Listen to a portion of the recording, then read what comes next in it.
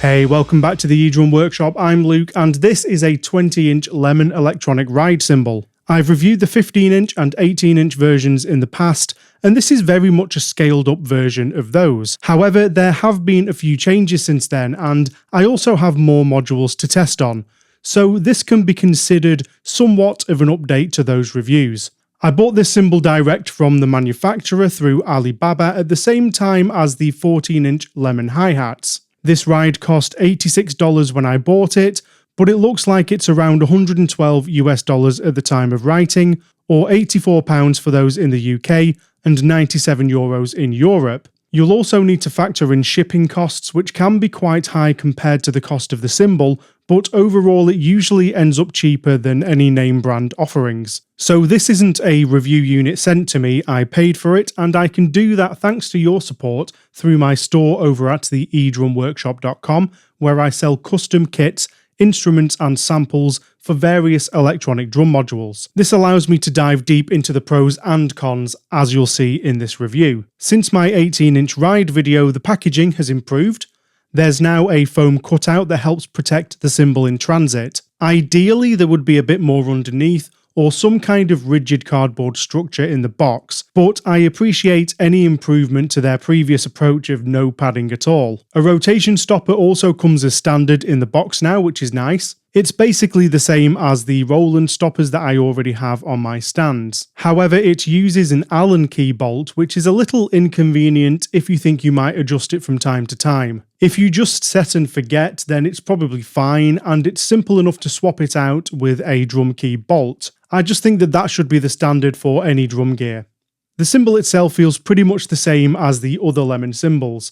Decent enough quality for the money, even if it's obviously not as premium as other more expensive options. There have been some other cheap cymbals released since my last review as well, so there's more competition in this space now. For example, Unlock have released a couple of different lines. I reviewed the 20-inch Jaws cymbal a while back. Then there are these cymbals sold by Beatello, World Drummers, Joe Becky and some other sellers, with names like Phantom and Nightchrome, and these also come with 20-inch models. A lot of these newer pads have more flex to them, which make the Lemon cymbals feel a bit chunky in comparison, especially if you play into the edge. With a ride cymbal, this might be less of a problem for some players, and I don't hate how they feel, but it would be nice if they could be streamlined a bit in the future. The cymbal's playable area is the half that's closest to you when the logo is readable. The playable edge zone is denoted by this ridge in the rubber. The rotation stopper prevents it from spinning away from you.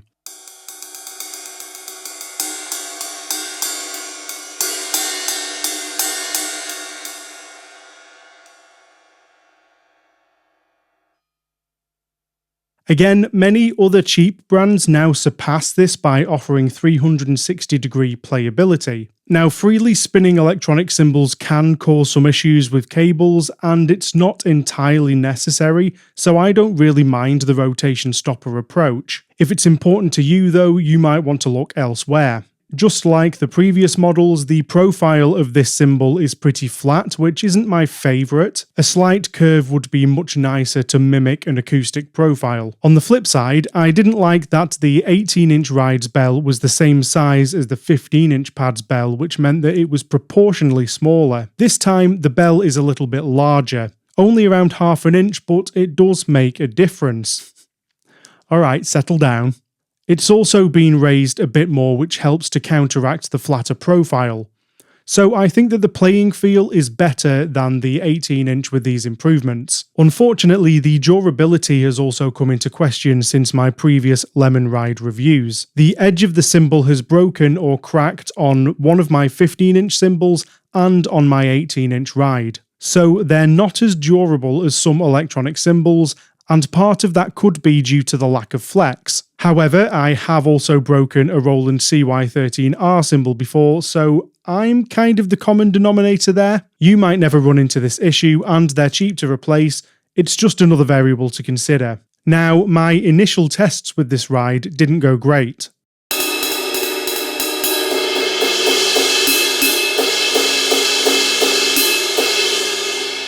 Back when Lemon cymbals first came out, some of them were wired in a way that made the bell and edge zones flip on certain modules. The fix for that was to open the cymbal and swap a connector from one port to another on the PCB. However, that's not what was happening here. The edge and the bell zones were correct on my Mimic and Roland modules, but now and again, a hard edge hit would just trigger a bell strike.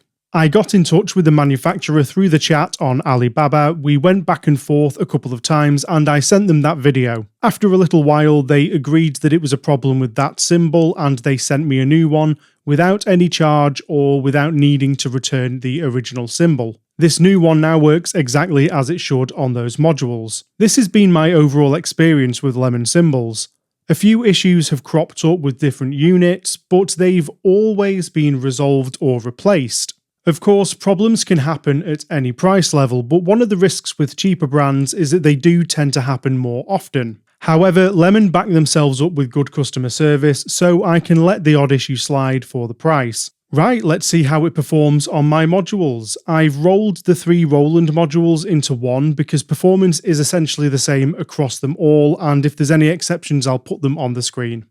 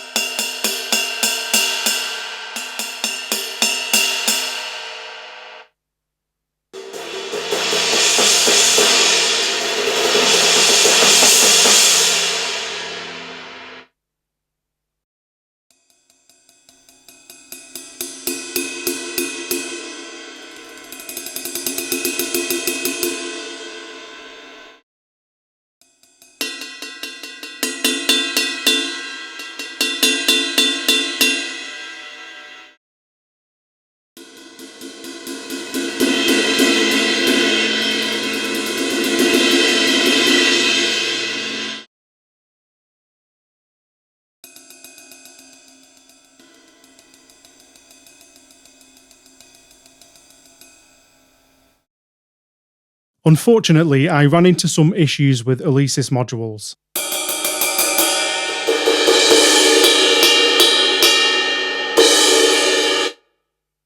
So as you could see on the Alesis Strike, the zones were the wrong way round to begin with, and I was also getting some doubling up of the zones. When hitting the edge, I was getting the bell sound, but then sometimes the edge would also trigger along with it. So I opened the cymbal up and I swapped the connectors around inside, hoping that this would fix the issue.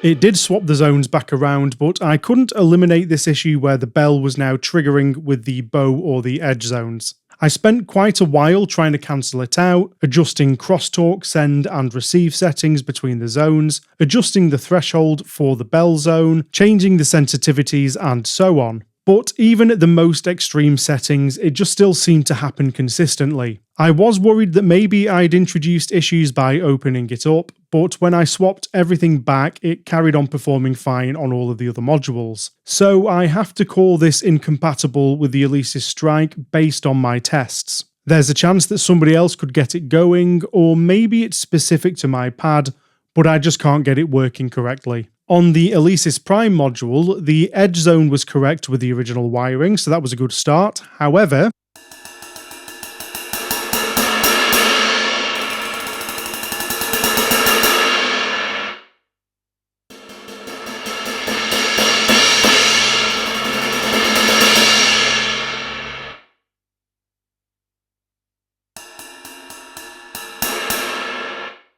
to my knowledge, the Alesis Strata Prime's module doesn't support 2 cable ride cymbals. Its own cymbals do all 3 zones over 1 cable, similar to Yamaha cymbals. That means that if you have one of these 3-zone cable converters, then you can get the cymbal to work perfectly. Now, this isn't a standard 2-to-1 cable adapter, it's been specially built with a resistor inside to convert 2 cables into the Yamaha style single cable wiring. I bought mine from eDRUMin in Sweden for a review video, but there are a couple of other options available these days. So this is an extra piece of hardware on top of the cost of the cymbal, but it will make any Roland style ride compatible with the Strata modules using the bell edge swap or the Yamaha cymbal preset. Without that though, it's just 2 zones with only 1 cable. And this does go for other modules, by the way. It can be used as a 2-zone cymbal with only 1 cable if you'd prefer. It performs exactly the same as my examples, except the bell zone just triggers the bow. Digging a little bit deeper, there are some behaviours that are due to the construction of the pad, and these are consistent across all modules and even the first ride that I received. For example, this cymbal does have a hotspot. Like other Lemon cymbals, it uses a single piezo placed near the bell, and the signal is hotter just around it and hottest on top of it.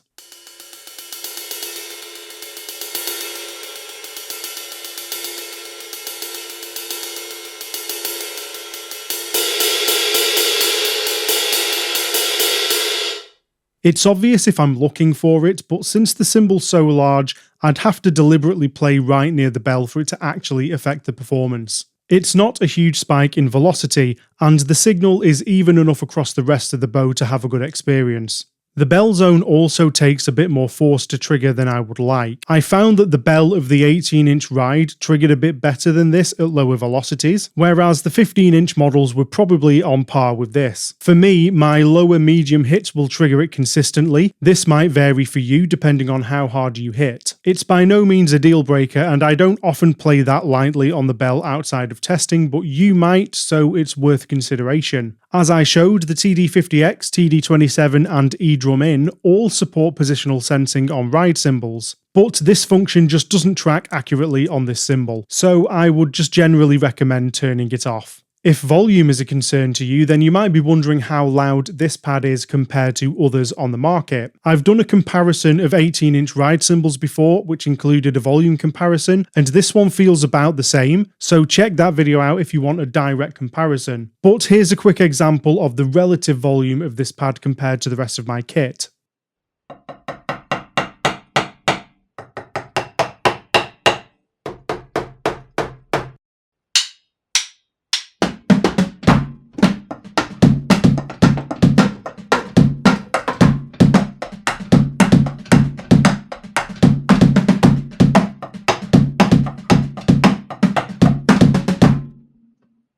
All in all, I'd recommend this cymbal to a lot of users who are looking for a big ride cymbal for their electronic kit with one of these modules. If you've got a Roland module that supports the digital ride, then I would still take that if you've got the budget for it. If you have a module that I don't have here, hopefully what I've shown with the compatibility will help you work out whether or not this might work for you. Other than those quirks, it's not the fanciest cymbal on the market, but it generally performs well and should be reliable enough as long as you don't smack it too hard. It's also cheap enough to take a risk on, and the good customer service lowers that risk too. If you want a 14-inch 2-piece hi-hat to go with this ride, check out this review of Lemon's LE-HHC14. If you're looking for new sounds for your electronic drum module, head over to my store at the eDrumworkshop.com. But of course, above all, enjoy the rest of your day. Cheers!